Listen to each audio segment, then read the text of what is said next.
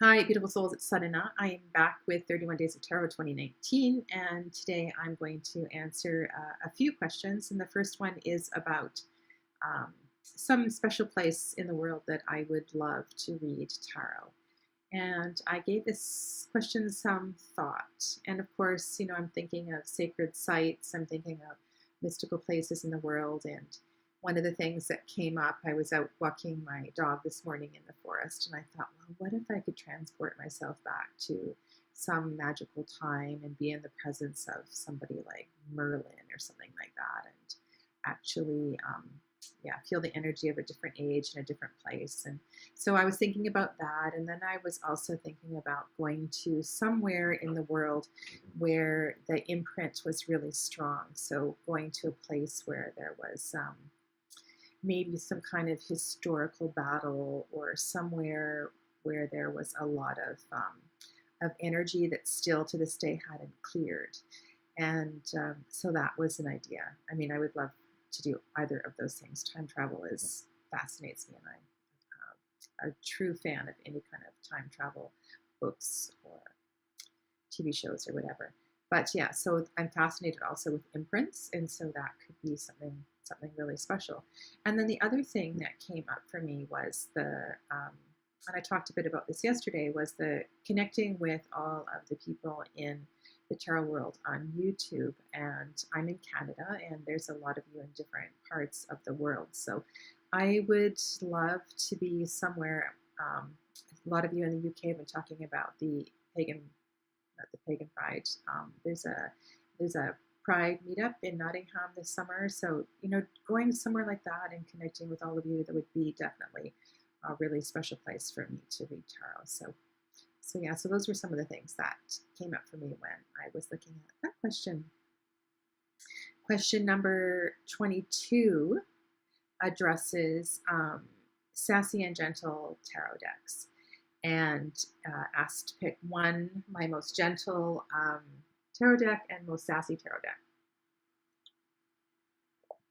Well, not surprisingly, I mean, it has been given its nickname, the Sassy Burrito, and that is for a very good reason. I really love this deck, and I have spoken about it before. I've done a walkthrough of the deck. I have been using this deck regularly. It's not one of those decks that I have bought, done a walkthrough, and then put away. It's a deck that I've really been using. There are so many cards in this deck that I feel at home with and comfortable with, but at the same time, this deck really packs a punch. And one of my favorite cards is the Eight of Cups. I love this interpretation of the Eight of Cups. And sometimes the leaving or the walking away it needs to be more, drastic. And I think just when somebody is really struggling with that, this deck can really be, a kick in the pants. Just looking at like the Fool card, I love this deck, and there's so many things to have this young woman, the Knight of Swords. I mean, that's really, really special. This deck packs a punch, and I love it, and I would highly, highly recommend it to anybody for multiple reasons. And I will talk about the Judgment card here a little bit later. There are a couple of cards in this deck, as with every single deck, that, of course, I don't get and aren't my favorite, but for the most part, this deck really kind of, it does that. Sassy. I have, I talked a couple days ago when I did the reality decks walkthrough about the Housewives Tarot, but that's different. That's more tongue-in-cheek, not so much sassy. So actually, I haven't watched. I'm going to spend some time on YouTube and look at what others of you have said in regards to this question, because I'm really interested in, maybe I need another sassy deck in my collection. Gentle decks, on the other hand, that was easier. I was able to pull out a couple. Yesterday, I pulled out this one, the White Sage Tarot. And her intention, so her being Teresa Hutch, I believe her name is. So her intention was to create a gentle deck, a softer deck. She felt that a lot of the decks that are out there are very masculine, and actually I kind of feel the opposite. I think it is, there's a lot of feminine decks out there, or maybe those are the ones that I have just chosen. So yeah, so this is the Ace of Cups. The colors are very soft in this deck. Pentacles are these beautiful sand dollars. And each of the cards has a ribbon in it. And the ribbon color is meant to bring awareness to a certain chakra. And so yeah, this is a very gentle deck. I'll just show you. That's the Star card. I'll show you some of the majors. This Five of Pentacles, look at this. It's just beautiful with the broken sand dollar. Here's the Chariot.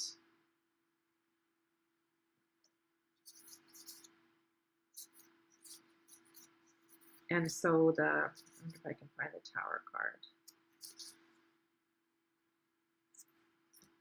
So here's the Ten of Swords. No blood, no dead bodies.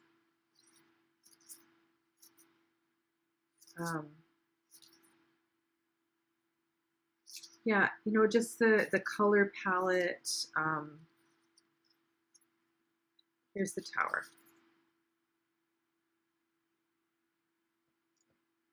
So if you're looking for something a little softer, and especially if you work with the chakras and you like to kind of bring in that nuance to your readings, this is a really lovely deck. I did pull out a couple other decks. Oh, I did pull out another sassy deck. Pardon me. So I also pulled out the Good Tarot, which of course is really gentle. I have a hard time reading with this deck, but I do pull it out from time to time. One of the people that I work with loves this deck, and she if you haven't seen the Good Tarot, then I'll just show you. So it's a very watery deck. All the suits are, the artwork is beautiful. So they're very washed. It's a very washed deck. Lovely King of Water. And there are some changes in meaning. So it's not a Rider-Waite clone in all the cards. So here's an example. So Nine of Fire. So we're really kind of looking at manifestation here with this Nine of Fire. Or completion and pulling things together. And yeah, and then I thought about Spirit Song. So I would say that's also a very gentle deck. And this deck, I work with children with this deck. One of the decks I work with younger children. So children being like 10 and 11-year-olds.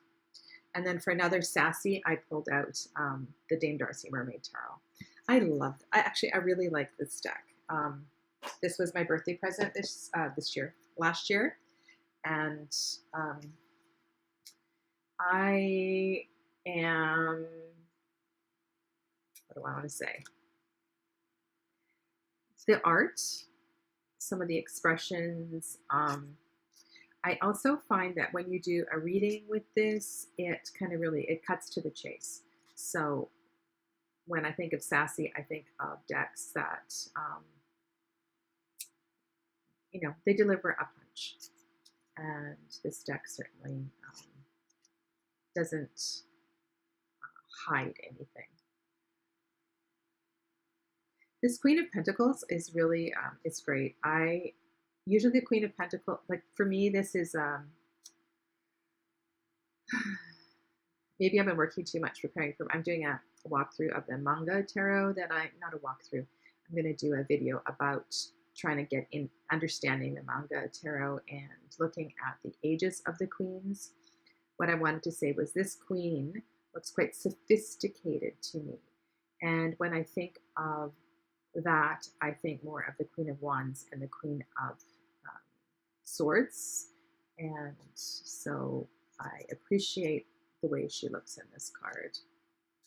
Yeah. And we have mermen, we have merladies, we have seahorses. anyway. If not sassy, it's very fun, and it delivers a good message. Hi, I'm back. Sorry, I had to pause there for a second. The next question has to do with the most misunderstood card in the deck. So which card do I feel, for me, this question was about which card deserves more reflection, more study, and I have been really thinking about the evolution of the Hermit, the Hanged Man, and the Judgment card. And this kind of thought and self-study, journaling I've been doing, thinking about this a lot since I received the sassy Tarot in the fall, the summer. I'm not sure when I got it, but some time ago. And when she has a Judgment card that is a woman that's wrapped up in a blanket, so in a cocoon. So the idea with the Judgment card is that, I'll pull that out for you. I should still have it here. That the Judgment card is an emergence, and it is an emergence by choice into, stepping into your path, into a new part of your journey, which is maybe not that different from a traditional card. So for example, here I pulled this one out. There's the Judgment card from the Dame Darcy Mermaid Tarot, which is definitely, Rider-Waite clone Judgment card. Before I talk about that, I just want to share with you a couple of thoughts. So through the major arcana, I feel that the Judgment card is the third level, or the third kind of unpeeling, unraveling of something that you have been working through. So when the Judgment card comes up in a reading, it is, it's kind of like the final step, the final part of really acknowledging and recognizing a pattern or something that you have been working through. And finally, if you are brave enough, you can kind of step through and release it, or release a big enough part of it that you are able to move on in a new way. Here it is. There's the Judgment card in that sassy Tarot.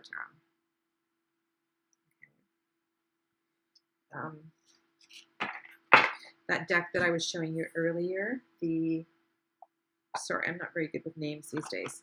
It's not the White Sage Tarot. Here's the Judgment card from that deck. So the light bulb coming on, really that aha moment. If I go back, if you allow me to digress, and we go back to the Hermit card, if that is kind of the first step in self-discovery, the first step in kind of figuring out what's, why are you here, or what's not going quite right, then that is a time where we step back, we step into a place of solitude, and we kind of either choose a time of the day, or we step away into retreat, or we actually, really, take a few months or a year to really work on ourselves and work on our issues. And during that kind of first step, I really feel that we kind of get a rookie taste of what's going on. The Hermit may very well be a guide, but if we're looking at the 22 cards of the major arcana as a journey, as a self journey, the unraveling and that first kind of revelation, I feel, comes around that 9th card. And then when we get to the 10th card, right, that's your change card. So from the work that you do with 9, we come to the 10, and then the change begins. And sometimes I feel like it goes to 9 and 10, and then we go back to 1. We go back to 0 again. I don't always feel that,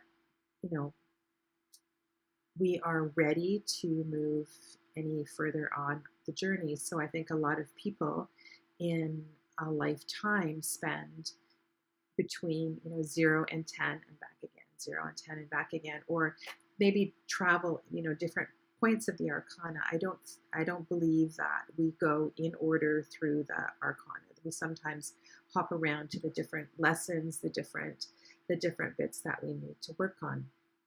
But if we look at the Hermit, the Hanged Man, and the Judgment as kind of the unraveling the first layer, we look at the Hanged Man as the next layer, and we look at Judgment as the third layer. That really sits well with me. The Hanged Man, or the Hanged Woman in some decks, is a very disciplined card. You can't hang upside down on a tree if you haven't done that before. That takes a lot of strength. It takes a lot of practice. It's something that in most cards, it looks like something that the person has chosen to do. And during, when we hang upside down, we get an opportunity to look at things from a different perspective. The card before the Hanged Man is 11. So if you are in a deck where 11 is the card of balance, the card of karma, that makes perfect sense. So the 11 is about kind of bringing your issue a little closer to the surface. It's about that, if you use the word samskaras, that samskara is just coming a little closer to light, and you are a little closer to being able to work through it.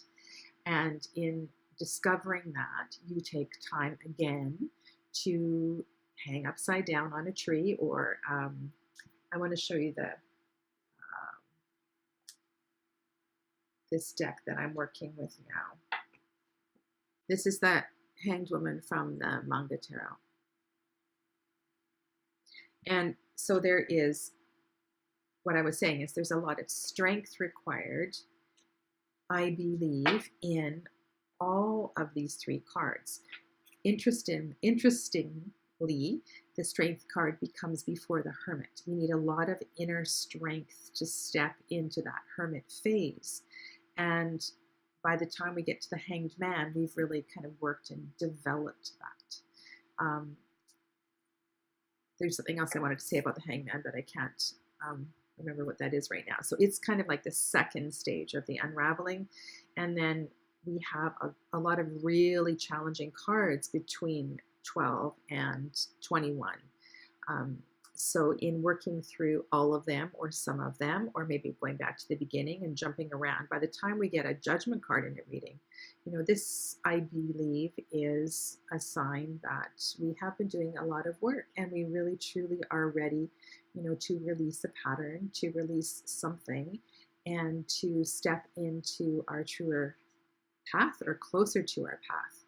And yeah, so I think that it is really, it's a really important card. And so there's a big difference between looking at it as a light bulb coming off, or, the angel announcing that you're ready to step forward.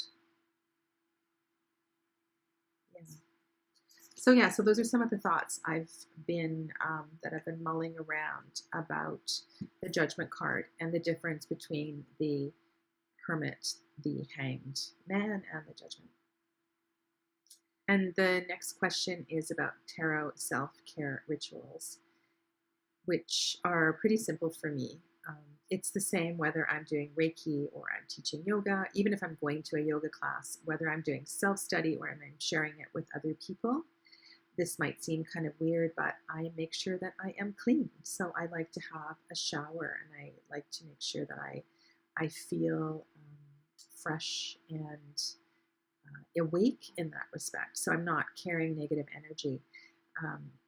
If that's not possible, it's not possible, but I do my best to do that. I have a friend who, before she does any kind of sacred work, any kind of spiritual work, she goes down to the river and she bathes, depending on the season, all the way in or not, hands, feet, or just hands perhaps, in a river, this beautiful place where two rivers cross, and I think that's really lovely. So there's a sense of cleaning and purification and cleansing. I do use Palo Santo, so I do smudge my decks, I do smudge myself.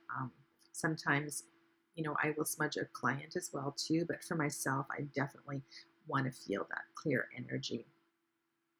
all of my crystals. I have a large um, quartz cluster in my bedroom. So when I take off my pendants at night or when I get home from work, if I've got crystal earrings on, if I have a mala that I've been wearing, I place that on the crystal cluster to clear the energy.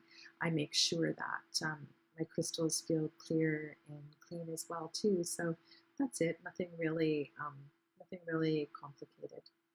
And the next question is about a deck or decks, a deck that I wish I could get more in touch with that I don't understand.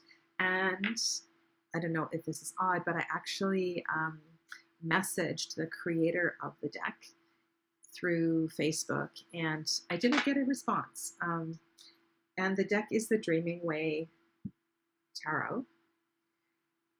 This deck I have tried to communicate with, I've tried to get in touch with by trimming it. I edged it in green. I did spend quite a bit of time with it. And the reason that I'm having a hard time is because of the expressions on the faces. And for example, here's the Nine of Pentacles, and she looks really quite glum. I may have to put my glasses on so I can address some of these faces. There's a few cards that so here is the Four of Wands, which you would think would be a happy card. I don't know whether they're both in prayer, but they do not look happy underneath there at all. I do like that moon card. I think that's great. Let me just flip through. I should have pulled out a few. And so here is the Nine of Cups.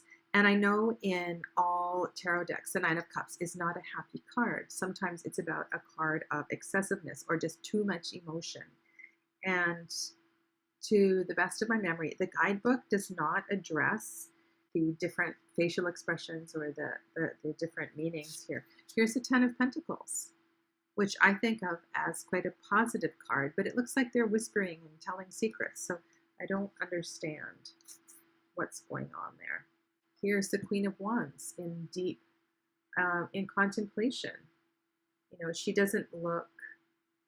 Where is her strength? I don't see her strength. Oh, here's one. Okay, this is one that really puzzles me. This is the Three of Pentacles.